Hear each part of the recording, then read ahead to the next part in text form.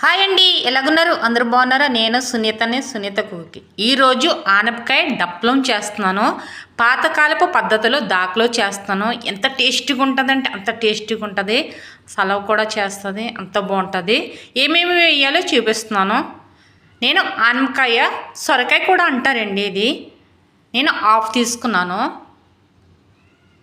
సొరకాయ అంటారు, ఆనపకాయ కూడా అంటారు. మా సైడ్ అయితే ఆనపకాయ అంటారు, ఇటు సైడ్ అయితే సొరకాయ అంటారు. 2 ఉల్లిపాయలు, 2 పచ్చిమిరకాయలు, 2 చింతకాయలు తీసుకున్నాను. చింతకాయలు ఇలాగా సెదగొట్టి తొక్క తీసేసుకోవాలి.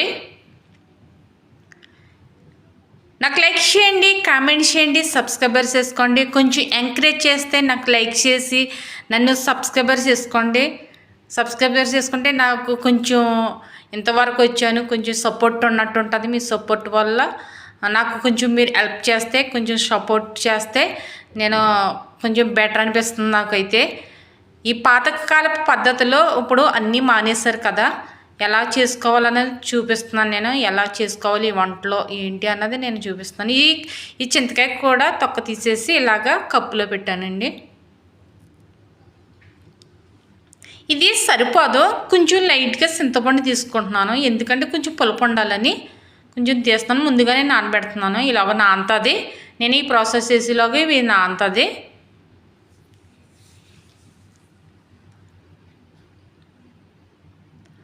సొరకాయ నేను ఆనపకాయ చెక్కు తిన్నానండి. సొరకాయ అంటారు, ఆనపకాయ అంటారు. నేను ఆనపకాయ చెక్కేస్తున్నాను, తొక్క తీస్తున్నానండి. ఇది చాలా సలవ చేస్తుంది. ఆనపకాయ అన్నది మనకి ఒంట్లో చాలా చల్లదనం. ఈ వేసవకాలము అన్నప్పుడు మనం ఇలాగ ఆనపకాయ డప్పలము, ఇది నేను ఆనపకాయ డప్పలం చేస్తున్నాను. ఈ డప్పలం చేసినట్టు పప్పులో వేసుకుని మనం చక్కగా తింటే ఎంతో ఒంట్లో చక్కగా సెలవ చేస్తుంది. కొన్ని నీరసాలు కూడా తగ్గుతాయి కూడాను. మనం పప్పులోనే వేసుకుంటాం, కానీ ఇలాగ డప్పలం పాతకాలపులో ఇలా వండుకునేవారు. అలాగే నేను చూపిస్తున్నాను. నేను ఈ తొక్క అంతా తీసేయాలి ఇలాగా.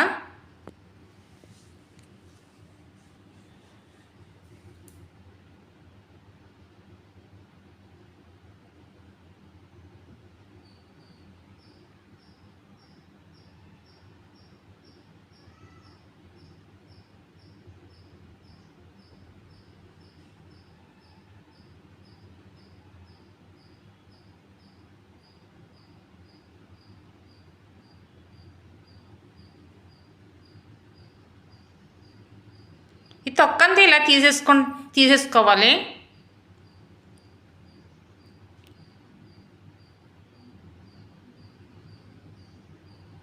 చూడండి, అయిపోయింది. ఇది పక్కన పెట్టి ఉల్లిపాయలు ఇలా తొక్క తీసుకోవాలి. ఇలా తీసుకుని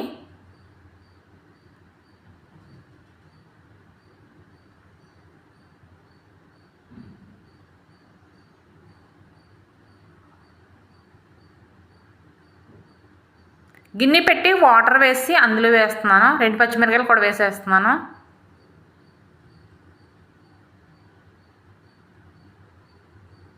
మనకి ఉల్లిపాయ తొక్క రాదు, చాలాసార్లు ఇబ్బంది పెట్టినప్పుడు ఇదిగో ఇలా మధ్యలో ఇలా కట్ చేసుకుని ఇలా తొక్క తీసేసుకోవాలి. చాలాసార్లు ఇబ్బంది పడిపోతాం కాబట్టి సాగుతూ ఇలా కట్ చేసుకుని ఇలా తొక్క తీసేసుకుంటే మనకి ఈజీగా వచ్చేస్తుంది. ఈ ఆనపకాయ కూడా చూడండి ఇలా కట్ చేసుకోవాలి.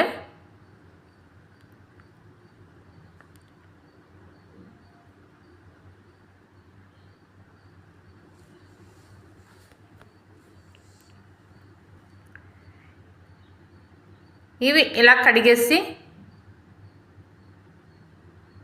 నేను ఇది పక్కన పెట్టి గిన్నె తీసుకున్నాను. నేను కూర వండటానికి గిన్నెది, కూర గిన్నె.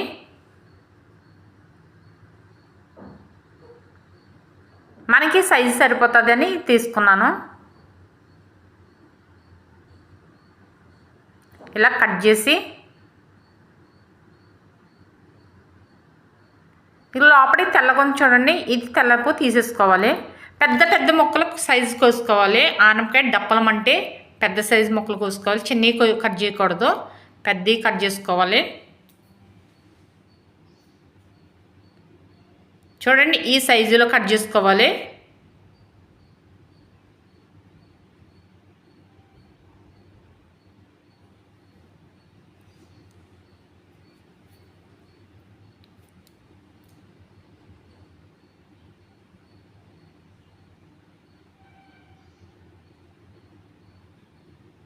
అన్నీ ఇలా కట్ చేసేసాను.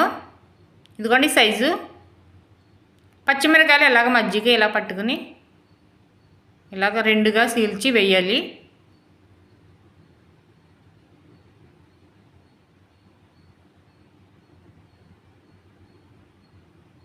ఉల్లిపాయలు 2 కూడా ఇలా కట్ చేసేయాలి.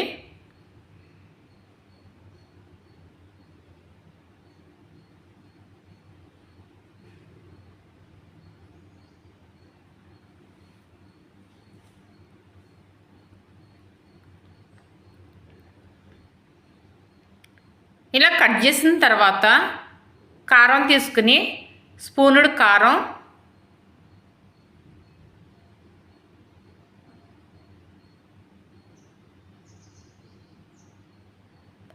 చిన్న స్పూనుడు పసుపు,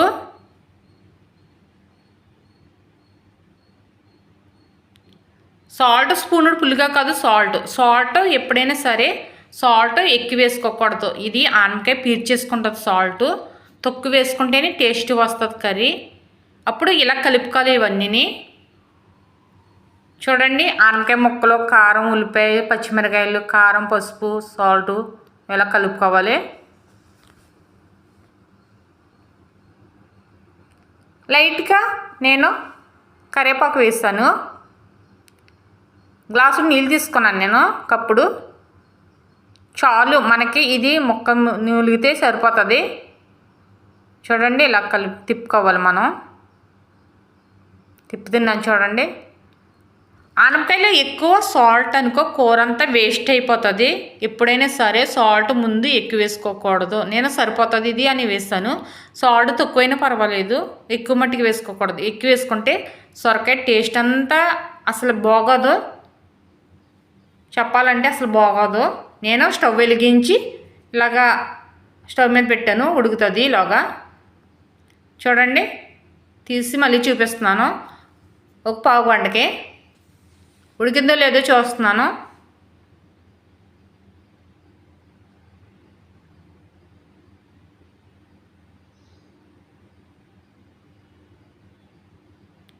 చూడండి లైట్గా మెత్తగా అయింది కదా.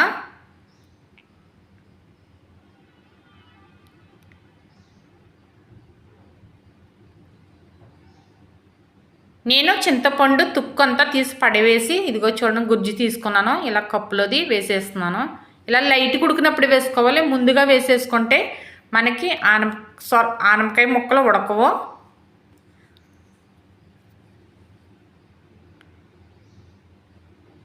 మేము కృష్ణా జిల్లాలో సొరకాయ అంటాము. మాకు పశ్చిమ గోదావరి జిల్లాలో ఆనపకాయ అంటాము. అందుకనే 2 మాటలు నేను మాట్లాడేస్తున్నాను. అవి 2 పేర్లు కూడాను 2 అంటారు. ఆనపకాయ అంటారు, సొరకాయ కూడా అంటారు. చూడండి ఈ చింతపండు వేసిన తర్వాత ఇలాగే ఎగరాలి.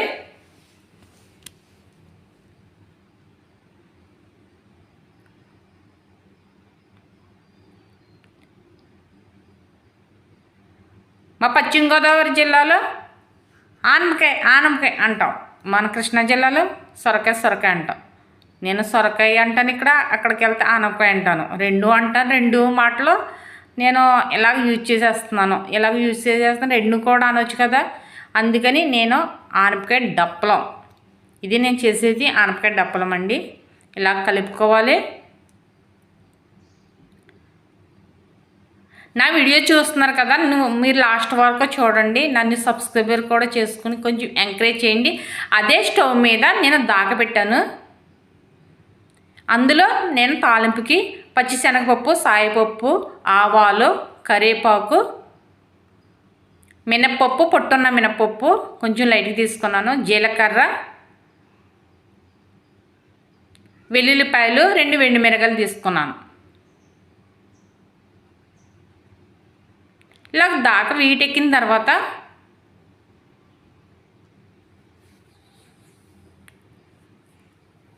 ఆయిల్ పోస్తున్నాను, తగినంత ఆయిల్.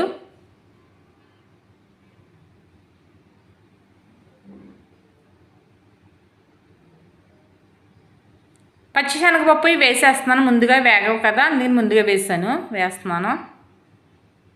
సాయి మినపప్పు కూడా వేసేస్తున్నాను, జీలకర్ర, ఇవి వెల్లుల్లిపాయలు కూడా వేసేస్తున్నాను. అంటే మనకి వెల్లుల్లిపాయలు మనము ఆయిల్లో వీటితో పాటు వేస్తే చక్కగా కమ్మగా వాసన వస్తుంది. మనకు ఆయిల్లో వేగితే వెల్లుల్లిపాయ స్మెల్ చాలా బాగా వస్తుంది. అందుకని వెల్లుల్లిపాయలు కూడా వేసుకోవాలి. వెండి మిరగాయలు తొందరగా మాడిపోతాయి కదా, అందుకని లాస్ట్లో వేస్తాను. కరివేపాకు కూడా వేస్తాను. లైట్గా కరివేపాకు కూడా వేసాను.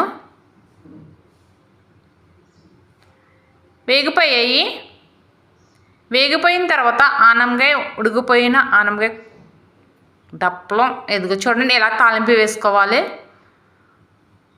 ఎంత బాగా స్మెల్ వస్తుందంటే చాలా బాగా స్మెల్ వస్తుంది. చాలా సలవ చేస్తుంది కూడానండి. అప్పుడు పాత కాలపులో ఇలా తినేవారంట. చాలా ఇప్పుడు ఇవన్నీ మర్చిపోయారు. అందుకనే నేను ఇలా చేసుకుంటే చాలామంది మనం ఇలా చేసుకుంటే ఆరోగ్యంగా కూడా ఉంటాము. ఎంతో బాగుంటుంది కూడాను. పాతపు కాలపు రోజుల్లోని వంటలే బెటరు, మంచిది కూడాను. అందుకనే నేను ఇలాంటి వీళ్ళగా వీడియో చేస్తున్నాను. మీరు పాతవి మర్చిపోకూడదు. మనం పాతవి కూడా గుర్తుంచుకుని మనం తినాలని నేను ఇలాగ వీడియో చేస్తున్నాను. అయిపోయింది, లైట్గా చల్లారింది. నేను వేరే గిన్నె తీసుకుని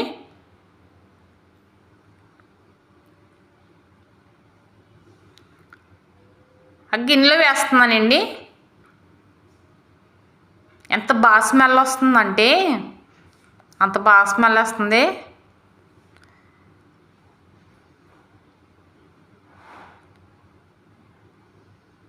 తినాలనిపించేస్తుందండి.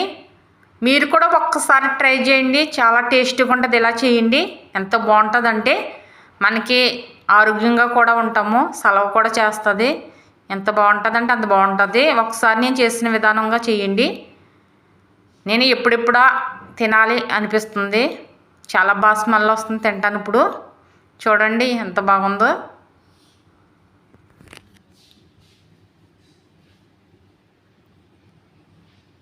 నేను అన్నం పెట్టుకున్నాను. ఆకలి అవుతుంది. మీరు కూడా నాకులాగే తినండి. ఇలా కర్రీస్ వేసుకుని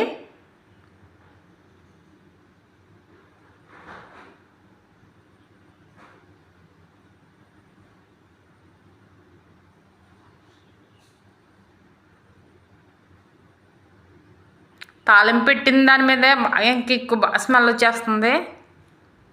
ఇలాగ లైట్గా పులుసు కింద ఉండాలి. చూడండి ఇలాగ వేసుకుని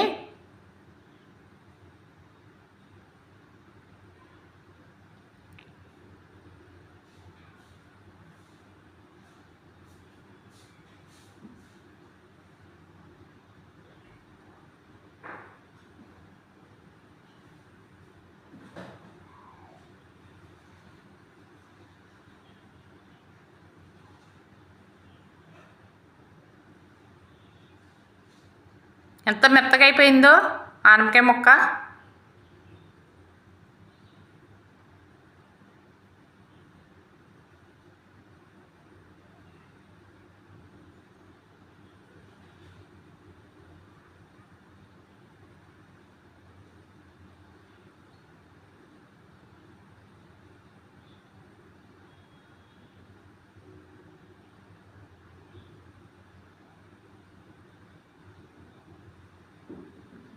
చాలా బాగుంది.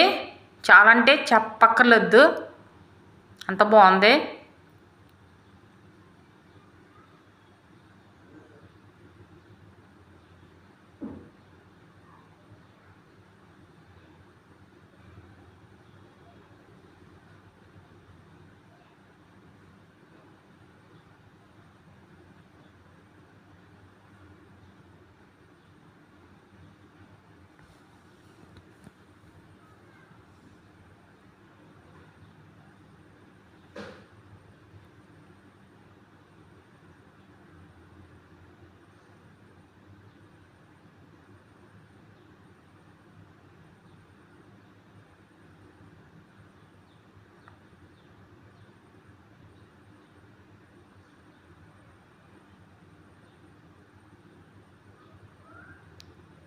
చాలా బాగుంది.